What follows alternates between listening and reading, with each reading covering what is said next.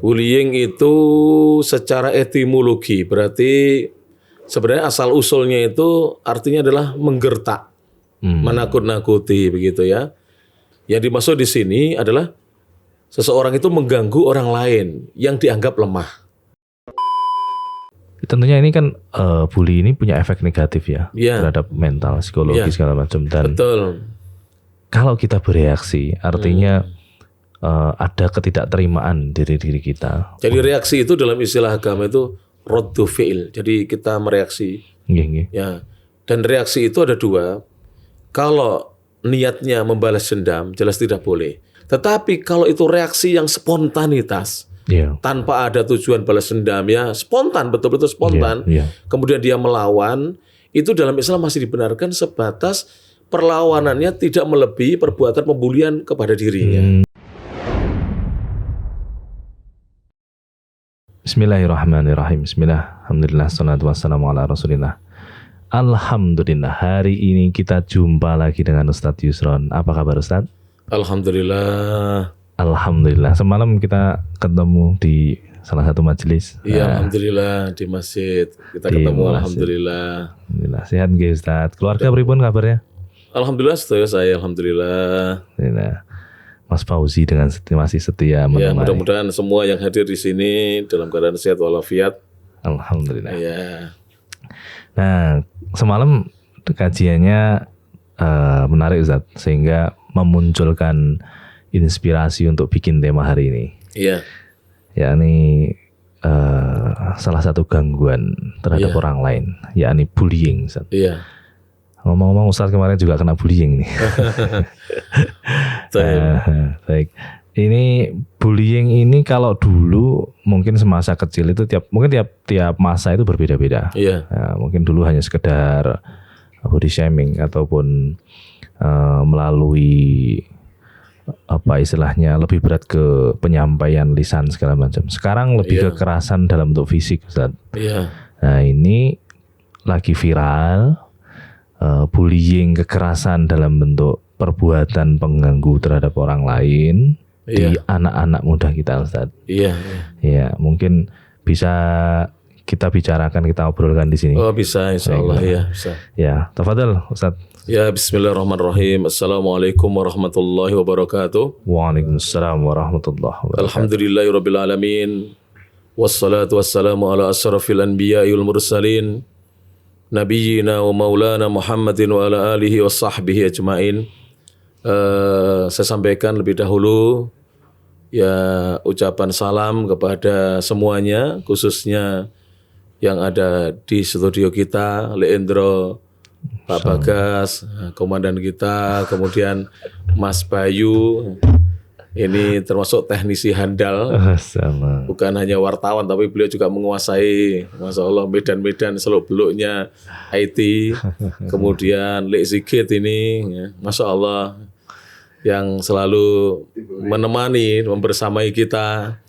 Dan Mas Wawi yang setia mengantarkan saya, ya, alhamdulillah ya. Dan seluruh pemirsa yang budiman ya, yang mengikuti podcast kita. Alhamdulillah, segala puji hanya milik Allah Subhanahu wa taala, segala puji memang hanya milik Allah Subhanahu wa taala. Alladzi bi ni'matihi tatimmus shalihat, yang dengan nikmat dan karunia dari Allah Subhanahu wa taala semata kebaikan-kebaikan bisa menjadi sempurna. Sini mau saya bacakan dulu ya. Saya cari di sini makna bullying ya.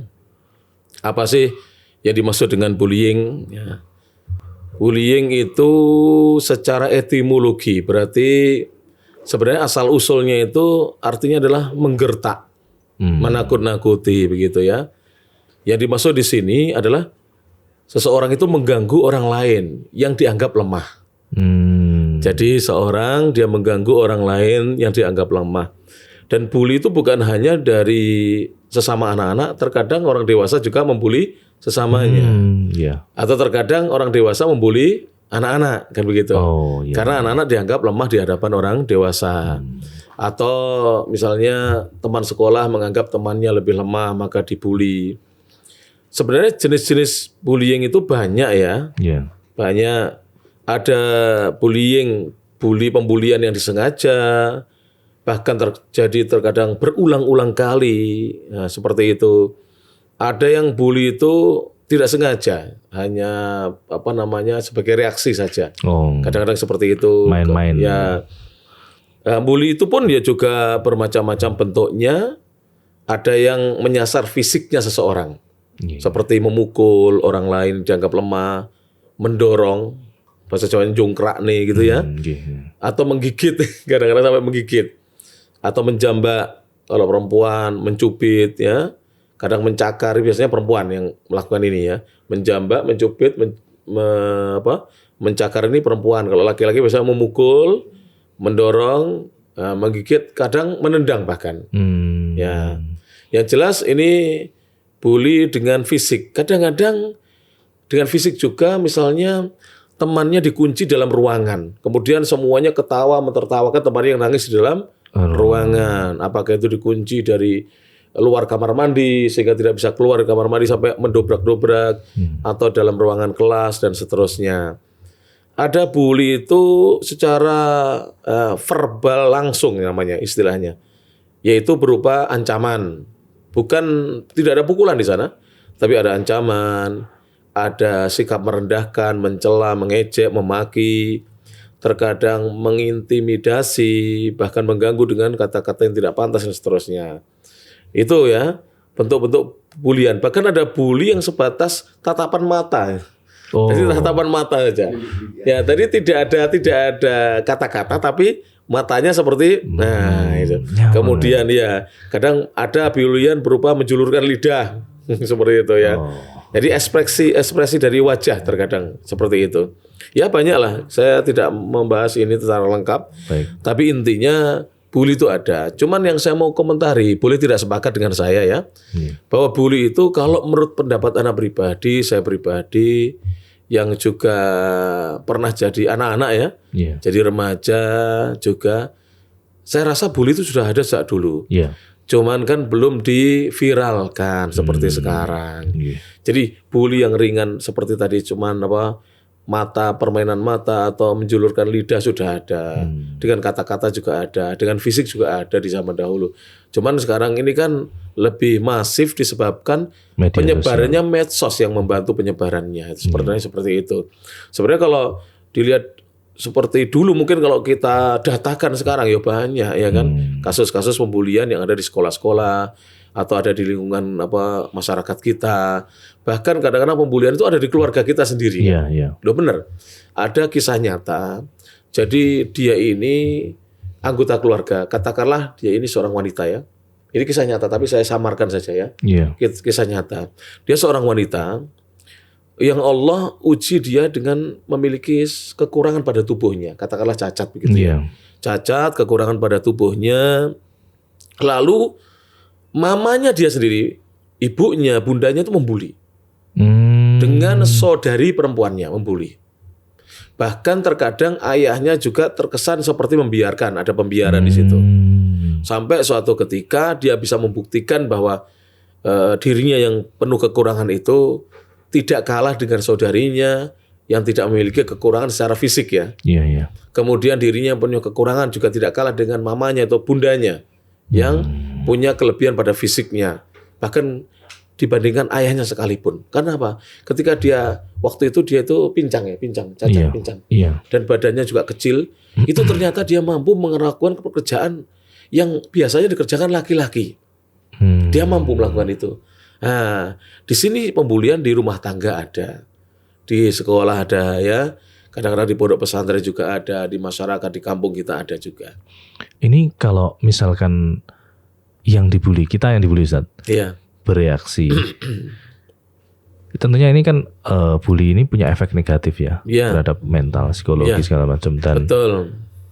Kalau kita bereaksi, artinya ada ketidakterimaan diri kita. Jadi reaksi itu dalam istilah agama itu raddu fi'il. Jadi kita mereaksi. Ya.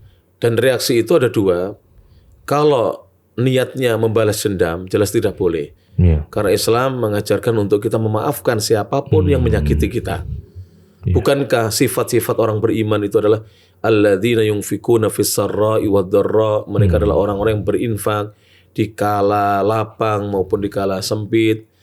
Wal kadhiminal ghaidha, kemudian ketika marah berupaya untuk menahan amarah.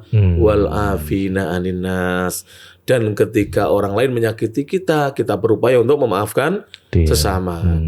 Kalau tujuannya balas dendam jangan. Tetapi kalau itu reaksi yang spontanitas, tanpa ada tujuan balas dendam, ya spontan, betul-betul spontan, kemudian dia melawan, itu dalam Islam masih dibenarkan sebatas perlawanannya tidak melebihi perbuatan pembulian kepada dirinya. Nah seperti itu. Misalnya dia ditendang, balas menendang, itu dalam Islam boleh, hukumnya boleh. Karena siapa yang memukul dia boleh dibalas untuk dipukul. Tapi jangan kalau dia menendang sekali kita menendang 5 kali misalnya, tidak boleh.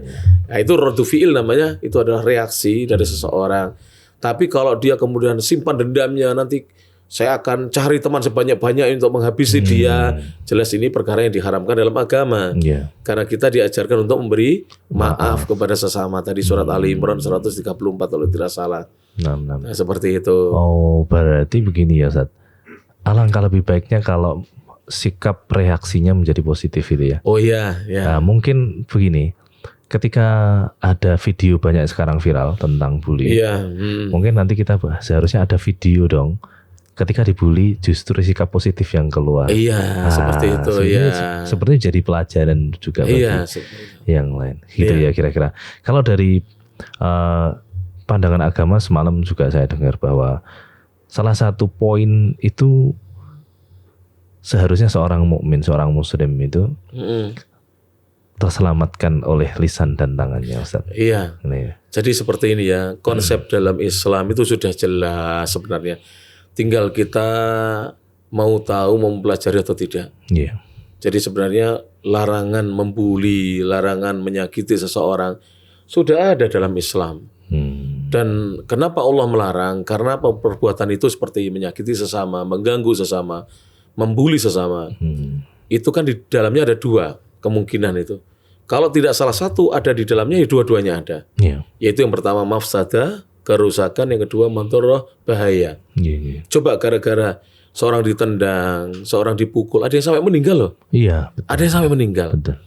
Ada seorang siswa sampai meninggal dunia dipukuli temannya sendiri, dan itu dilakukan di kelas dan teman-temannya melakukan pembiaran. Saya tidak tahu apakah itu karena seperti shock jadi tidak sempat melerai, atau memang mereka tahu bahwa yang memukul ini memang orang yang kuat, yang lainnya tidak berani, nanti khawatirnya dia juga akan dipukuli dengan perbuatan yang serupa. Tapi kita perlu sampaikan ya kepada anak didik kita, anak-anak kita, agar kalau melihat hal tersebut langsung aja beramai-ramai untuk apa? Melerai. Ya seperti itu harusnya.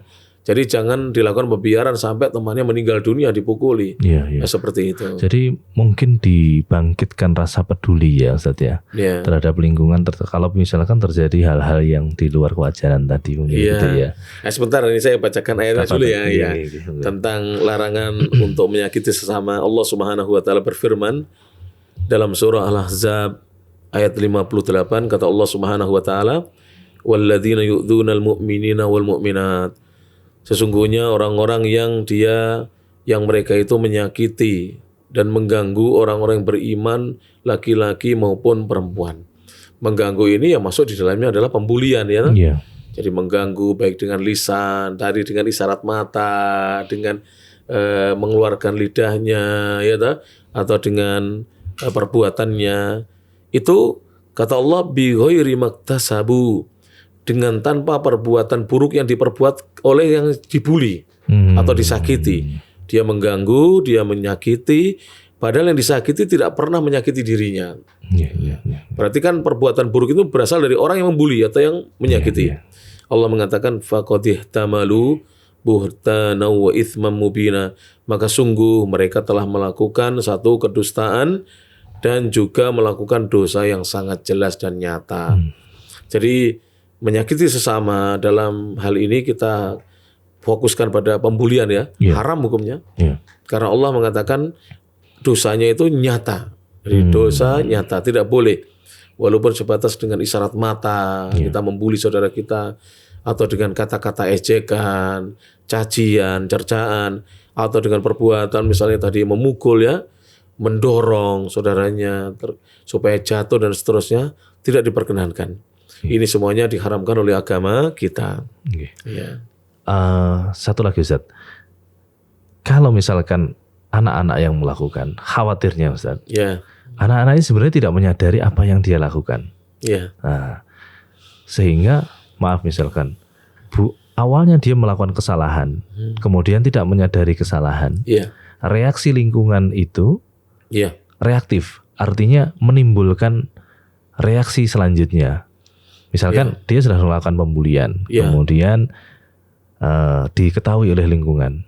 Nah, lingkungan bereaksi sehingga muncul pembulian kembali kepada dia.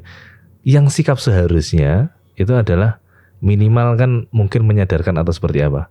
Ya, kita kadang-kadang terjebak juga dengan emosional, Zat. Udah rame, anak ini dia suka misalkan membuli, ya udah dihabisi sekalian misalkan. Tidak seperti itu. Itu kan main hakim sendiri. Dalam Islam tidak boleh. Kita ada hukum di sini, ada pihak-pihak yang berwajib, aparat keamanan. Ya tidak boleh seperti itu. Kalau kita mendapati ada anak yang membuli, bahkan melakukan kekerasan dalam pembuliannya, ya kita amankan. Jadi kita lerai, kita selamatkan yang terbuli tadi, misalnya terpukul, kalau dia sakit kita bawa ke rumah sakit, kita amankan. Kemudian yang membuli juga kita amankan, lalu kita bawa ke yang berwajib. Tapi sebelumnya harusnya itu saya sarankan ini kepada masyarakat, hendaknya kita bersama-sama lah. Tidak bisa ini hanya tugasnya ustadz atau dai atau guru agama, bersama-sama kita menasihati anak-anak kita di keluarga kita masing-masing.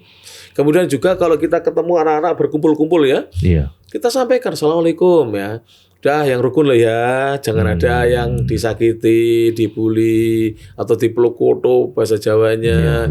Ini kan teman sampean juga. Nanti kalau dia sakit, kita juga akan rugi, tidak punya teman, berkurang temannya, kan seperti itu. Harusnya seperti itu. Jadi kita harus kompak ini untuk karena kalau kita mendiamkan akan semakin parah nanti. Pembulian akan datang terus Kemudian reaksi masyarakat kalau nanti sudah parah, seperti terjadinya banyak pencurian itu, kalau sudah parah kan sampai menghakimi pencuri. Dan nanti dikhawatirkan menghakimi anak yang membuli, padahal bisa jadi anak itu melakukan itu kan banyak sebabnya Kadang dia stres mungkin depresi, dia mungkin tidak kurang perhatian dari orang tua, banyaklah sih.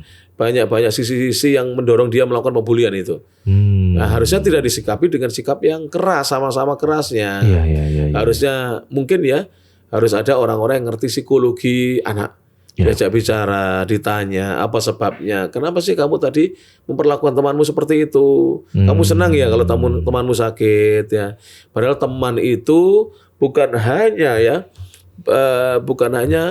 kita jadikan objek untuk pembulian. Teman itu adalah teman yang segalanya. Dimanapun kita membutuhkan teman, Di sekolah kita butuh teman, di masyarakat kita butuh teman. Bahkan manusia kan makhluk sosial. Harusnya dicadarkan di situ. Sehingga anak tidak lagi melakukan pembulian yang sudah terlanjur membuli Nah, bukan reaksi yang negatif. Sama saja nantinya, seperti itu.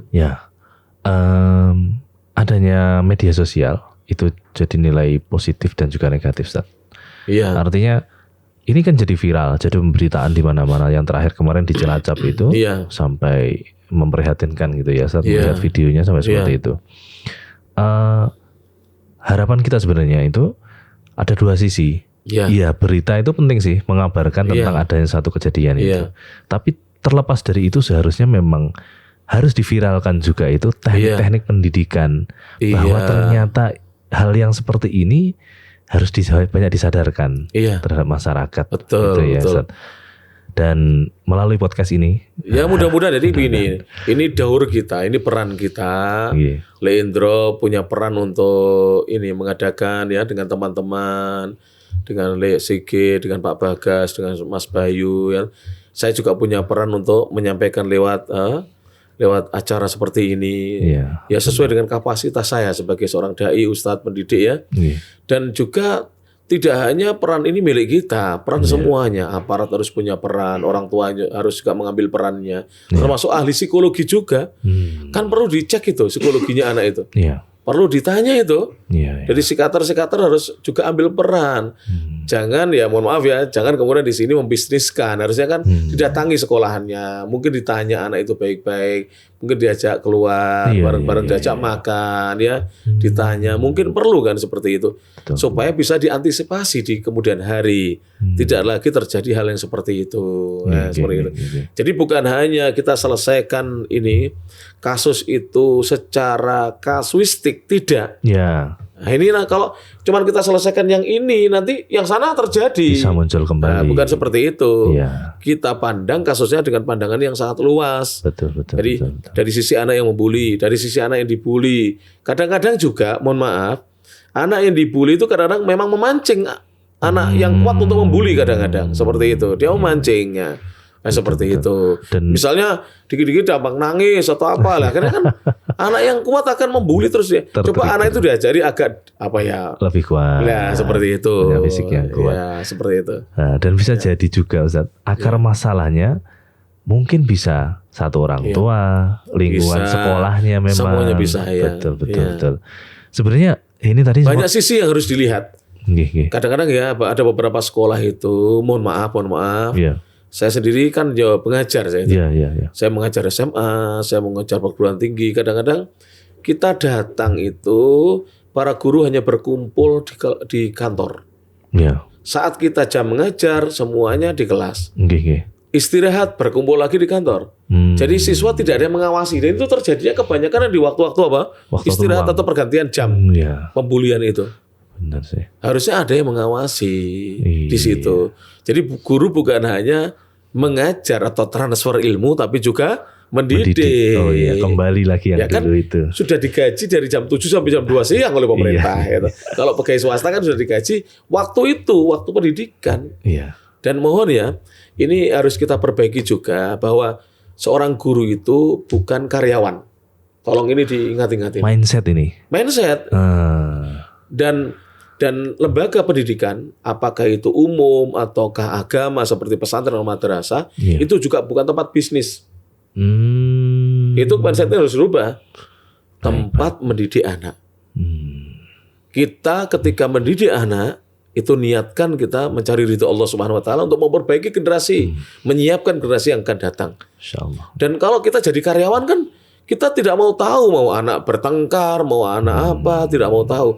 Tapi kalau kita mindsetnya pendidik, kita lihat anak-anak lagi apa, maka tangan kiri diingatkan. Kelihatan mau membuli temannya diingatkan. Seperti itu.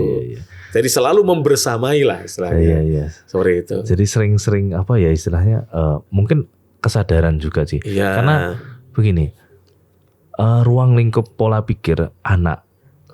Kita pernah jadi anak Ustaz. Saya juga sama. Artinya dan mungkin kita kadang-kadang masih pola pikirnya kanak-kanak. Seperti itu ya toh. Jadi tanpa disadari apa yang kita lakukan sebagai anak-anak dulu itu, ternyata itu berbahaya. Termasuk salah satunya itu membuli tadi. Nah, ya orang tua tentunya atau pendidik tadi itu mempunyai ruang berpikir lebih luas, pengalamannya lebih ini dan sensitif menyadari hal-hal yang itu tadi, Ustaz. Jadi sebelum terjadinya situasi yang membahayakan, hendaknya kira-kira ini kok RP mengarah begini.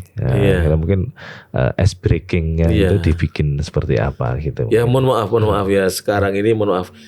Saya tadi itu melihat sebuah Facebook ada gambar itu dua foto. Di zaman kita masih kecil itu ada satu TV, orang tua, ayah, ibu dan anak-anak nonton bersama-sama. Nonton TV satu, terus di bawahnya ada foto orang tua pegang HP sendiri, suami, istri, anak-anak. Jadi sekarang ini yang namanya kepedulian itu di tingkat keluarga yang sangat mikro itu ya. Jadi bentuk negara yang mikro itu kan keluarga itu.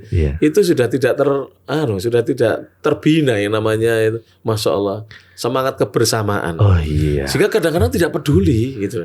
Anaknya sudah makan atau belum, yang tidak mau tahu sudah mandi atau belum, apalagi sudah sholat atau belum, tidak mau tahu. Hilang empatinya. Ya, iya. Oh. Sekarang ini jangankan empati, simpati hilang. Iya, Apalagi iya. empati. Iya. Empati lebih berat daripada simpati. Ya toh? Iya. Kita kasihan melihat orang lain aja sudah tidak ada, apalagi mau menolong, mau ada apa?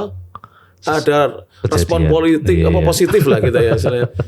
Nggak mau. Iya, Ustaz. Nah, Sudah hilang sekarang ini. Masyaallah. Ya tidak kita katakan semua hilang tidak, tapi ya seperti Berkurang itulah. jauh. Iya, berkurang jauh ya. Berkurang jauh. Lawang lucu ya, kadang-kadang ada kecelakaan di jalan itu ya. Bapak polisi belum datang, itu malah di video dulu.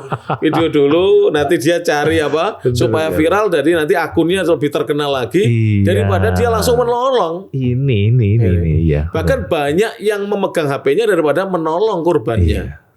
Ya memang tidak tidak sembarangan orang bisa mengangkat ya, harus hati-hati menolong orang itu. Tapi kan jangan melakukan pembiaran begitu loh. Baik. Nah, sekarang kan seperti itu. Jadi medsos sekarang kalau tidak dipegang oleh orang yang bijak ya digunakan untuk tidak baik ya. Berbahaya. Iya. Ya, sebenarnya saya tadi mau nyenggol aparat kita, Ustaz. Iya. Tapi beliaunya sepertinya sibuk. Ya, mau Bapak di-spill ya. Iya. Jadi sebenarnya gini, Afan ya ini. Iya. Saya tahu sebenarnya ya, jumlah aparat kepolisian itu masih sangat terbatas. Oh ya. Dibandingkan jumlah penduduk Indonesia yang luar biasa. 270 juta lebih. Skala persentasenya beda. Jadi harusnya kita ini ya membantu tugasnya aparat. Iya. Jangan maido lah, mau itu terus ya. Yang ngesakno lah ya. Oh Ustaz sudah digaji besar, jangan begitu. Tugasnya banyak, personilnya sedikit. Untuk mengatasi jumlah penduduk yang sebanyak ini belum seimbang. Persentase jumlah aparat kita belum seimbang. Oke. Ya, kita harus bersama-sama lah. Oke, siap Ustaz. Termasuk kita bikin podcast acara untuk tema kali ini, insya Allah salah satu caranya itu Ustaz. Iya. Nah, tuntunannya sekarang kita butuh solusi Ustaz. Mulainya dari mana kira-kira? Ya dari yang terkecil dulu Ustaz. Ya tentu ayat yang berkali-kali saya baca di podcast ini. Firman Allah Subhanahu wa taala dalam surah Tahrim ayat 6 itu. Ya ayyuhalladzina amanu qu anfusakum itu harus diingat terus. Wahai orang-orang beriman, jagalah diri-diri kalian wa ahlikum dan keluarga kalian naro. Jadi kita mulai dari diri pribadi dulu baru keluarga.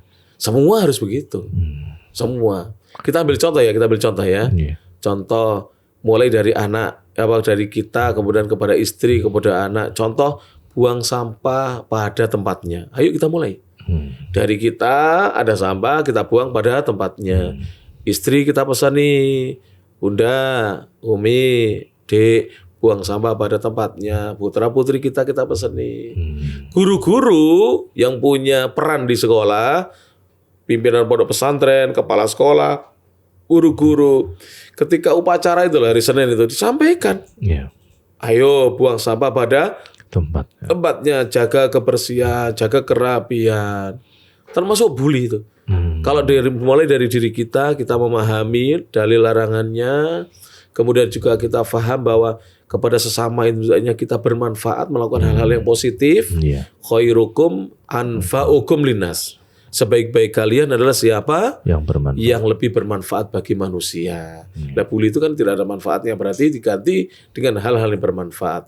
Jadi dimulai dari diri pribadi, dari keluarga kita, ya toh. Kalau kita punya peran di pendidikan, ya di anak didik kita, santri-santri kita, ya toh, para siswa kita, para mahasiswa kita, kan gitu ya.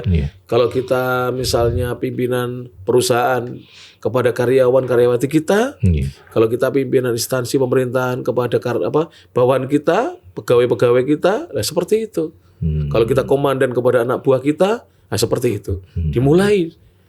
Nah, kalau kita tidak segera mulai ya tidak bisa. Harus kita mulai. Baik. Insya Allah akan terwujud nantinya ya.